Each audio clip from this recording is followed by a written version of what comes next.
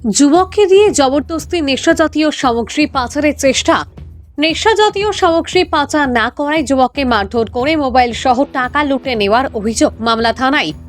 ঘটনার বিবরণ মতে জানা গেছে, গত সোমবার দেগরখাল দামছড়া এলাকার বাসিন্দা আশাদুর রহমানকে 2000 টাকার প্রলোভন দেখিয়ে ছোট্ট একটি ব্যাগের মধ্যে নেশাজাতীয় সামগ্রী দিয়ে এগুলো অন্য এক ব্যক্তির কাছে নিয়ে দেওয়ার কথা বলে একই গ্রামের শাহজাহান উদ্দিন ও হাসান উদ্দিন নামের দুই যুবক।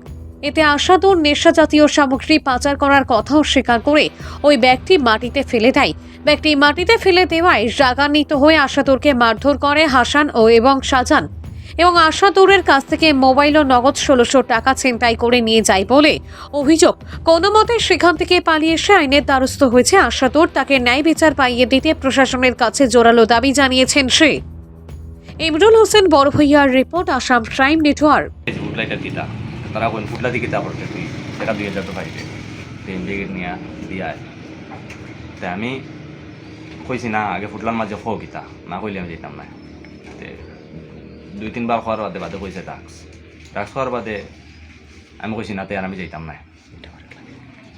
এটা মারি মানে পয়লা তো আমি কইছি আমি যাইতাম না। তারা কোন যা 2000 টাকা পাইবে। তে আমি বাদে না করিয়া আমি কইছি দূর তরিগুলি যাইতাম না, কইয়া আমি ফালাই গেছি।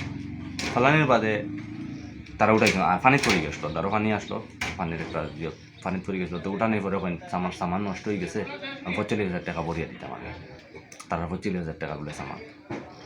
তো আমি কইছি 45,000 টাকা আমি ভরিয়ে দিতাম না, আমি তো না করছি যাইতাম না। তুই কিতা লাগে আমার জবরদস্তি করতে, তোর সামান নষ্ট হয়ে যায়, আমি আমার কিতা করতাম। পরে আমার মারধর করছে।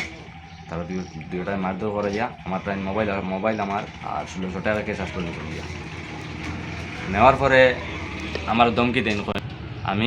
আমি বাদে জায়গাতে কোনো রকম করে যান বাসায় বাগিয়ে আইসি। আবার পরে বাদে আমার ঘরে গিয়ে হুমকি দিছেন যে আমি 45,000 টাকা দিই না, যদি আমার চলাফেরা মুশকিল হয়ে যাব, জানে মারি লিবা আমার বলে। আর তারা আরও করছেন মেঘালয়তে ঘটনা করছেন। তারা গাড়ির মানুষ মারিয়া গাড়ি দিয়ে আইসেন। আবার বাদে কেসে এখনও আবো, তারা যাই নাই। এখন আমি কোনো উপায় না পাইয়া আইসি, কুমড়া থানাতে একটা FIR করছি।